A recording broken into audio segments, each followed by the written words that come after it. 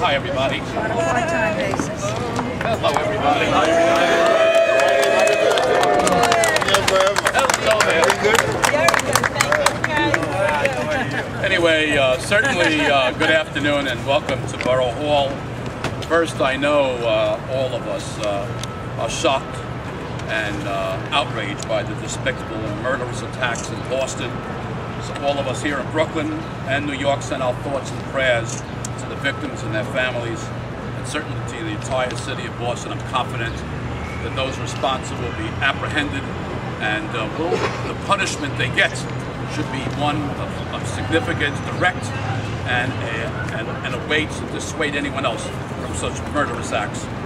As someone who's devoted his entire life to Brooklyn and New York City, and being 68, I can say it, I'm in public office 35 years. I'm pleased to be here today in support of Speaker Christine Quinn, because there's no question she's a quintessential choice for mayor. After all, like I've always said, when you want a job done right, give it to a woman to get it done. And frankly, in my belief, it's about time that New York City had its first female mayor. Yes. Now, behind those smiling Irish eyes is one of the city's brightest and most capable minds. For the past 7 years, I've known her actually 8 years as a visionary city council speaker, a fantastic colleague, and someone who always keeps her word. In my business, in government and politics, that's very important. In fact, it's a commandment. Keep your word. And Christine Quinn keeps her word. And throughout her distinguished career, she's proven that she's an excellent leader with the ability to get the job done. And that's important. Not mañana, today. She gets the job done. And so this is major reasons why I'm supporting Christine. And more importantly, her records show that she is truly dedicated to improving the lives of all New Yorkers. I must tell you, she has the balance. She understands the diversity of New York City. It's very important that the next mayor understands the celebration of diversity, from those in poverty to those of wealth. Every ethnic group you can name, gay and lesbian, straight, everything. This is a beautiful city with millions of people with different agendas, different beliefs. And you need someone who has proven that they have the ability to bring us all together. Now, Christine Quinn has done that in managing the city council. If you think that's easy, you've got, let me tell you, the diversity of this city is on that city council. And if you can manage that and do it effectively as she has, there's no doubt that she is ready, prepared, and able to serve brilliantly as our next mayor of New York City. Speaker Quinn's brilliant leadership, the City Council has tackled the most challenging problems in the city. From building more affordable housing, that's how she got started, and that's how I got started in public life. To expanding early childhood education, after all, those kids are our future. From cutting red tape for small businesses, which is what this city depends upon, to making our city more environmentally sustainable, and from fighting for equal rights to protecting workers with fair wages.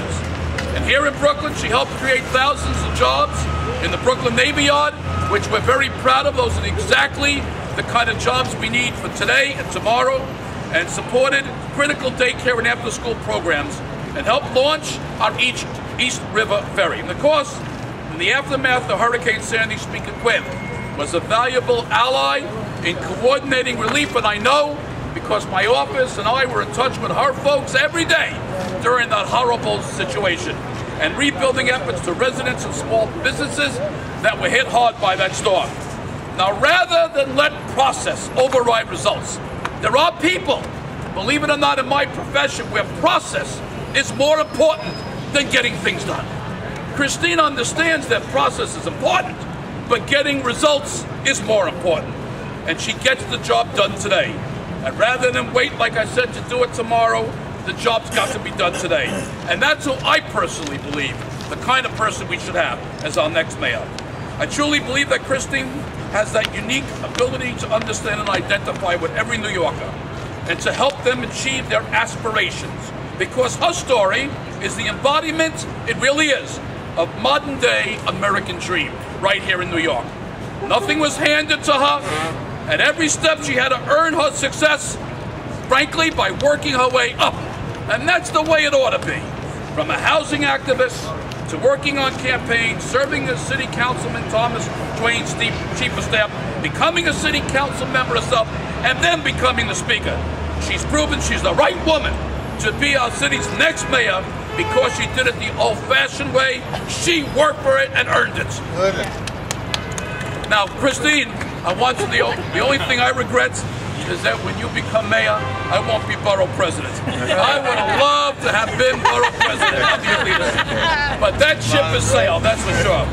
Now, you may have been born in Long Island and you sleep in Manhattan, but it's clear that you've got plenty of that Brooklyn attitude. And by that I mean that you're tenacious, passionate, determined, and never afraid to speak your mind, or in certain cases, sing it, as you did last Thursday at my State of the Borough.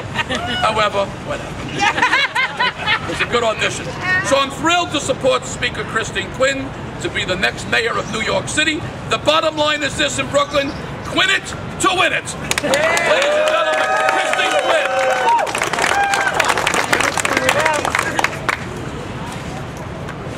Marty always is, and today he didn't disappoint. A tough act to follow. So, Marty, thank you, and thank you, everybody. Daddy, you could have a little more enthusiasm. He does. He has a Brooklyn Navy Yard hat on, so thank God for that. There we go. Marty, thank you. Your endorsement, in my opinion, is the Brooklyn Good Housekeeping seal of approval. Because there is no one who, in their public service, has done more for the people of Brooklyn than Marty Markowitz. Whether it's bringing even more vibrancy to this borough, working to create more affordable housing for this borough, getting Brooklyn to be known as a cultural destination, something we always knew. Now the world and the tourists of the world know that.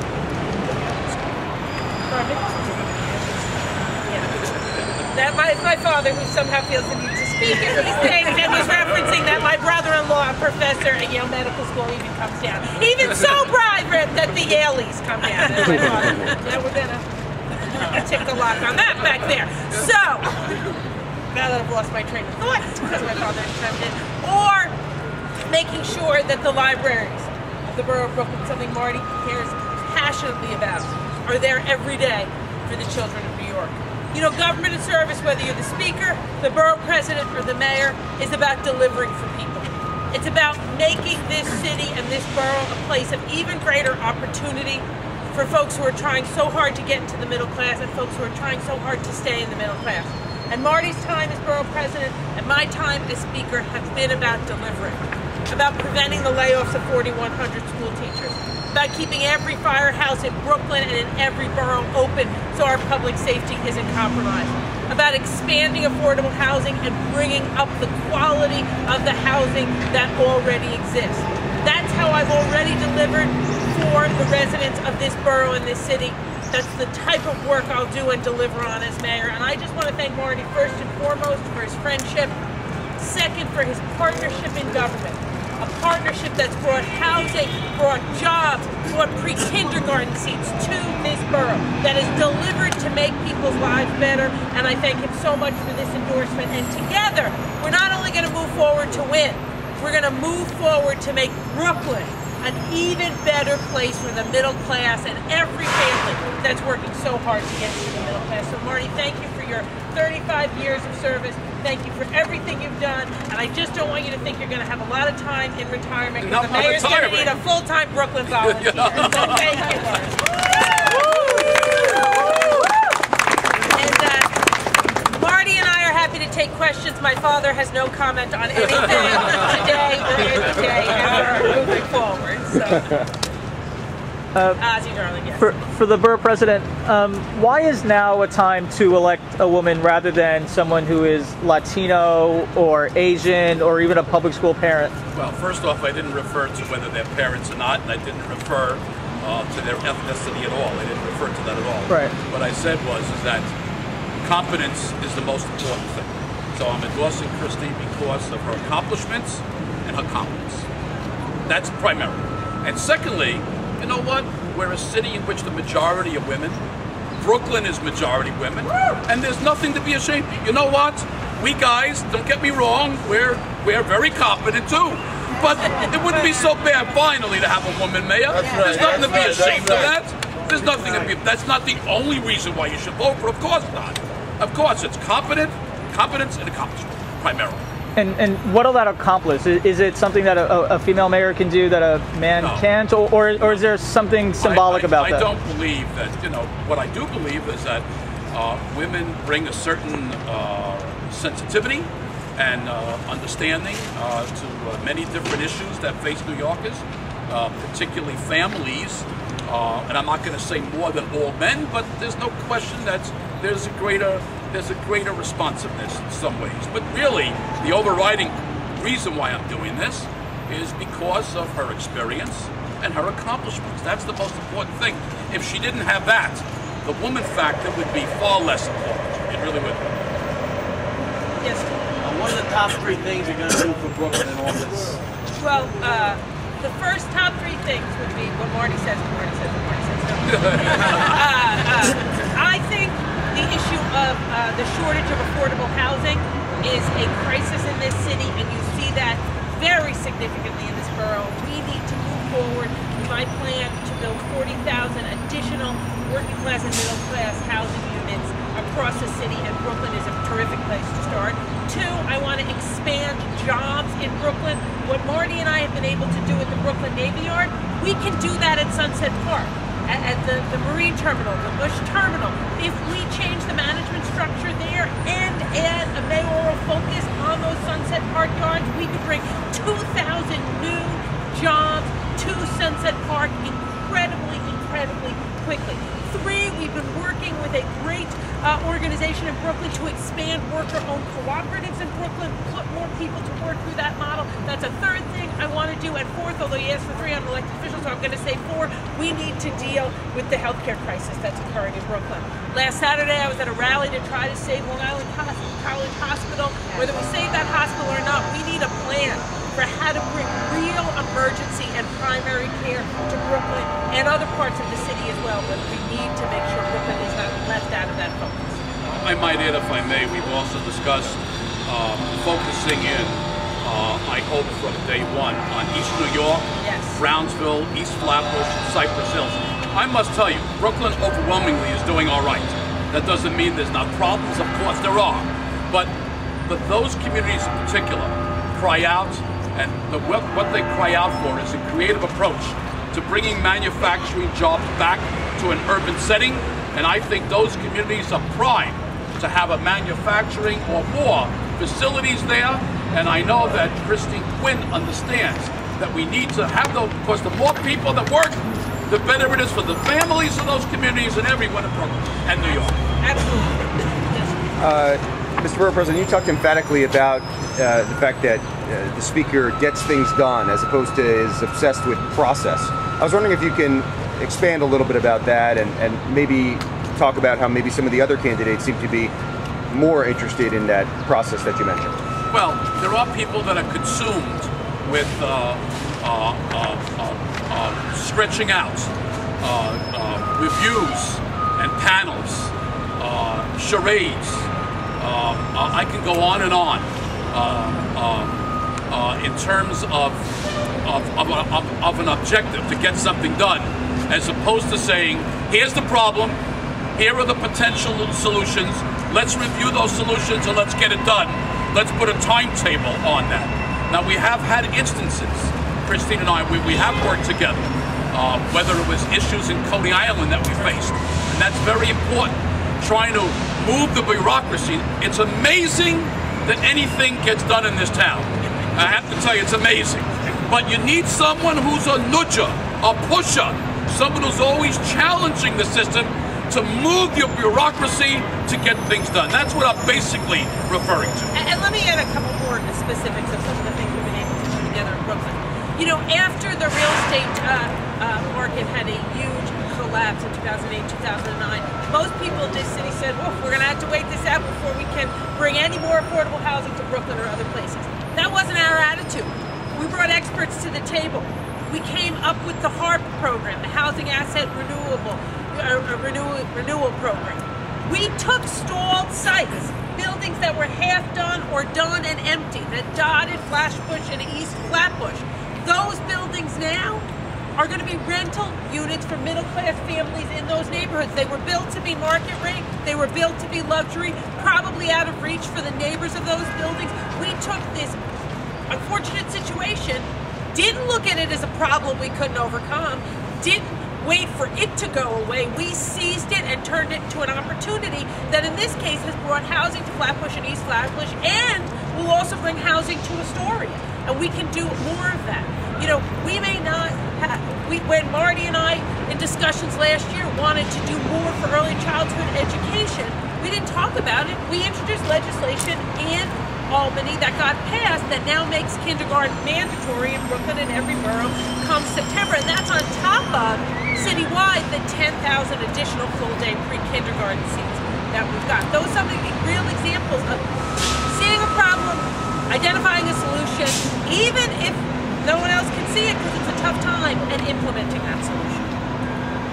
Yes, ma'am. She's from Manhattan. Yes. And one of the critiques of Mayor Bloomberg has been a Manhattan-centric focus over his 3 terms. What are you going to say to Brooklyn voters who say, why not support one of the candidates with deeper ties to Brooklyn? Well, the issue is competence and accomplishments. I live in Brooklyn. I'm the ultimate outside of Brooklyn person. I'm the ultimate. Some other candidates can claim they're the quote out of borough, whatever you want. I hate that term. Out of Manhattan. I'm the epitome of, okay? But when it comes to mayor, a mayor represents more than Brooklyn. A mayor represents the whole city. And whatever is going on in the other boroughs impacts our life here as well. We are one city. And so my endorsement, frankly, is overconfidence and experience. That's why I made this decision. I have respect for every candidate, every one of the candidates. I know them fairly well in different levels, but I know them fairly well. And I have not a bad word to say about anybody. But I decided to make my choice, and I believe Christine will lead this city to its greatest heights and treat all 5 children with equal love. Let me put it that way, although I hope she shows a little extra love to Brooklyn. Gotta admit it. And look, on top of that,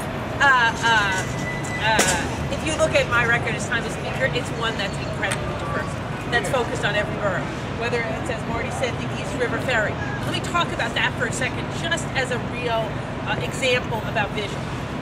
One could have done a ferry that embraced the old model of mass transit, which was kind of a spoke in a wheel, with the assumption that everybody's trying to get to Central Business District every day, that that's the only place you can work and that's where most people want to get. That's not true anymore. More and more, we're seeing job growth outside of the Central Business District. That's one of the reasons Marty and I are working so hard to create a Brooklyn Tech Triangle between Dumbo, Brooklyn Navy Yard, and downtown Brooklyn in partnership with NYU and Polytech. So the East River Ferry connects people in different places to Queens to each other, in places in Queens to places in Brooklyn, in different spots in Brooklyn to each other, then to 2 spots in Manhattan. Just last week I gave a major address around how to expand mass transit, based on the assumption that our 100-year-old system is based on a vision of New York that doesn't exist anymore. The majority of people don't work in Manhattan, don't live in Manhattan. More and more people work outside of Manhattan. That's why I've proposed 10 new selector rapid bus transit lines outside of Manhattan. That's why I want to expand ferry service outside of Manhattan. That really shows that our vision has been, just as an example, doing things as speaker for every borough, and that's what I'm going to do as mayor, deliver from every borough and every neighborhood. Right. Okay. One last question. Speaker, you've gotten a lot of endorsements so far, more than your other candidates. Is there anything that you think you're doing as far as outreach and networking and, you know, talking to people different than the others are doing? No, I think that in my time as speaker and my time before that as health committee chair and my entire record in New York City working, but particularly as speaker and health committee chair, I have an incredibly strong record of delivering for New York. And I think when elected officials or unions like the great laborers and Mason Tenders who are with us today, or Carolyn Maloney or the other unions out there, when they decide who they want in a mayor, they want to tell the people they represent, I've chosen somebody who's going to make your life better. I've chosen somebody who's going to work every day to make your life easier. And I know I'm right about that choice because she's already done it. No one else running for mayor can tell you they've delivered 10,000 new pre-kindergarten seats, full-day seats in the 5 boroughs. Nobody else can say they introduced legislation in Albany in the same year got it passed that makes kindergarten mandatory. Nobody else can tell you they put in the housing asset renewal program that took stalled sites and made them into middle-class housing. And nobody else can tell you when there was a real threat of 4,100 school teachers potentially losing their jobs that they stopped it from happening. I think it's that record, and most of that work was done in partnership with people like Marty, in partnership with people like Carolyn Maloney or Gustavo Rivera. It's that record that I think has delivered this support and this endorsement, and it's that record and that partnership that's going to lead us to a mayoralty that's going to make New York City an even a better place of opportunity for middle class and working class New York. Tell him, Chris. Yeah. Thank you, everyone. How much better does it get? Paul McCartney this morning and Christine Quinn, huh? I'm telling you. Paul McCartney's coming to Brooklyn. Amazing. Amazing, huh? Yay, we got Larry Quinn. Thank you, everyone. Oh, it's up to Christine.